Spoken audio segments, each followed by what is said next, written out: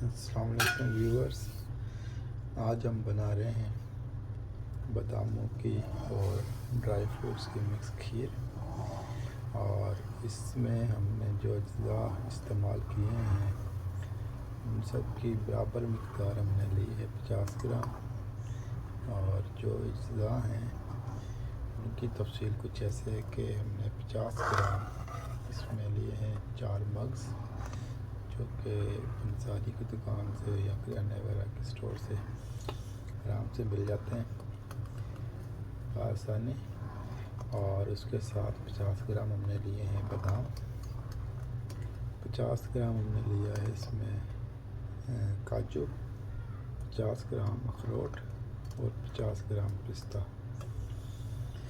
تو یہ 5 اجزاء ہیں،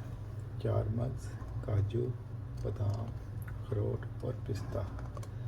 اس کے ساتھ ساتھ ہم نے لیا ہے تقریباً 2 لیٹر دودھ، جس میں ہم نے یہ ساری چیزیں جو ہیں 250 گرام تقریباً وہ ہم نے ڈال دی ہیں۔ ساتھ میں آپ دودھ میں ذائقے کے لیے الائچی بھی ڈال سکتے ہیں، میں نے 5 الائچیاں ڈالی ہیں، اور اگر آپ کے پاس چلگوزے موجود ہوں تو وہ بھی آپ مکس کر سکتے ڈال سکتے ہیں، لیکن خیر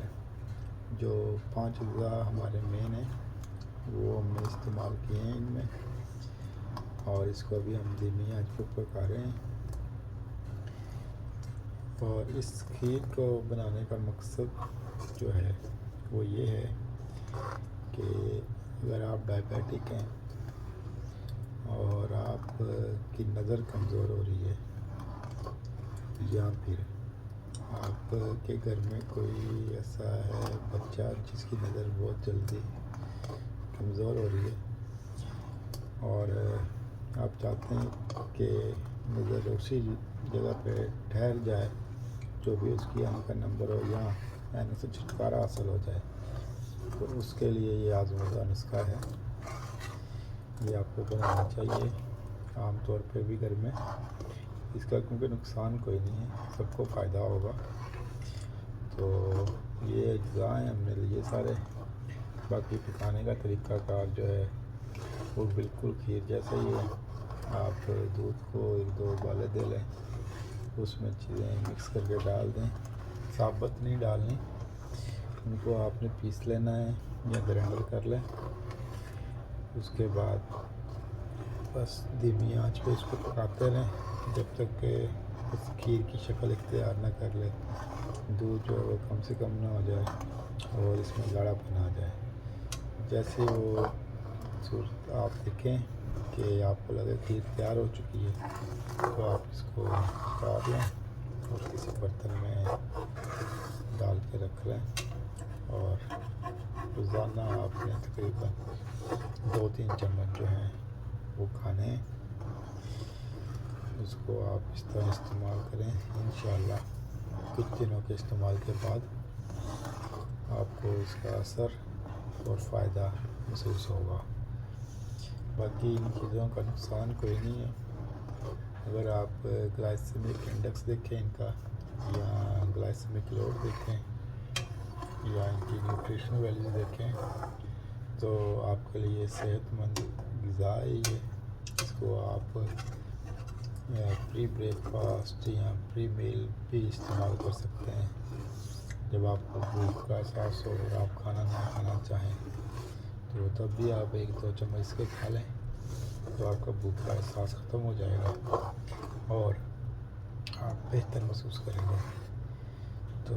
باقی یہ سارے اجزاء جو ہیں کسی بھی نیوٹریشن سے اگر آپ بات کریں تو تقریباً ہر ایک ہی اپنے ڈائٹ پلان میں یہ ریکمینڈ کرتا ہے، اور